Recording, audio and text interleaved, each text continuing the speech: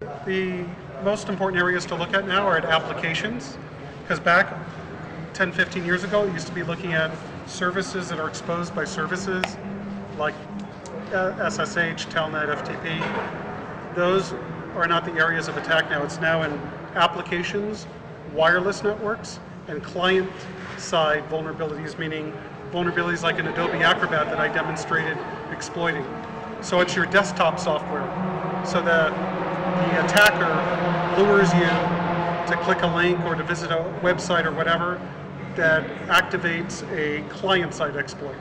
So that is where more of the attacks are focused today.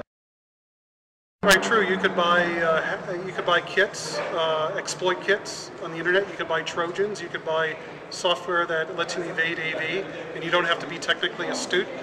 So there's two audiences that want this information. It's hackers that, again, are old school to break into systems, and then it's also real criminals that are using it to profit.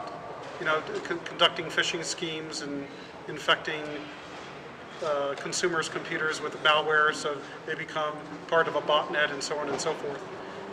But you're correct. You know, even hacking tools back in my day, everything was command line, and now you can even buy tools that penetration testers use for finding security vulnerabilities or exploiting them.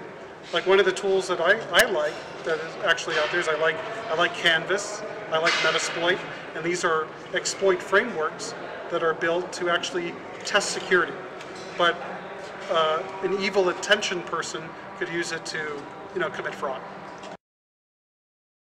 Well, I mean, nowadays, which wasn't available back in my days, you could, if you're interested in hacking, you could do it legit. You could do it in an ethical way. There might not be the thrill of the chase or the adrenaline, because that's what hacking for me was, a big adrenaline rush, like winning at a video game. So that part's missing. But again, you don't want to violate anybody's rights, because when you're breaking into somebody's system, like a corporation, it really causes a lot of losses, not just money, but time as well. That equates to money at the end of the day.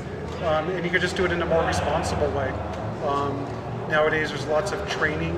You could build your own systems. You have free operating systems like Linux, I like Ubuntu, and there's just so many resources out there where you could legitimately build your skills to do ethical type hacking. You go to school and read a book on how to do it. You're going to learn some techniques, but I also think that it actually is a special mindset. You have a special, like an actor or actress. You can go to drama school and you can become a good actor or actress, but some people are natural actors and actresses. And kind of social engineering is kind of an acting job, in a way.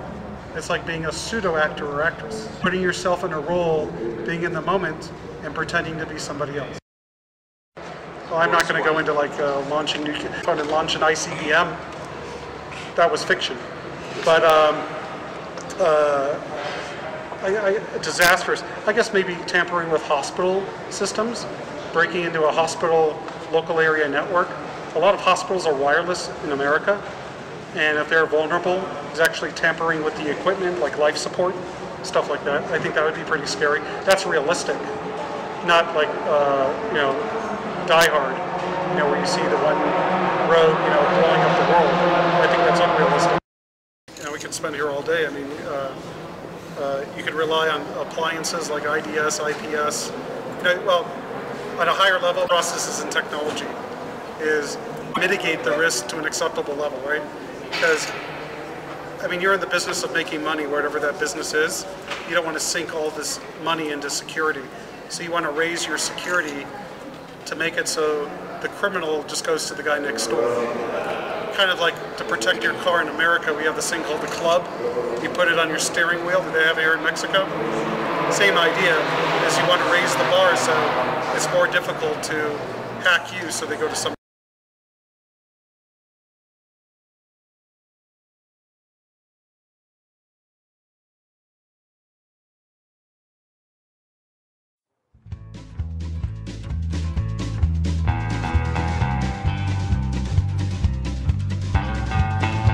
Invitamos a iniciar una relación comercial con CIUNET a todos los integradores de sistemas para el diseño, instalación y mantenimiento para voz, datos, video, audio, automatización, iluminación y data centers. Acérquense a nosotros, tendrán un soporte y un apoyo personalizado.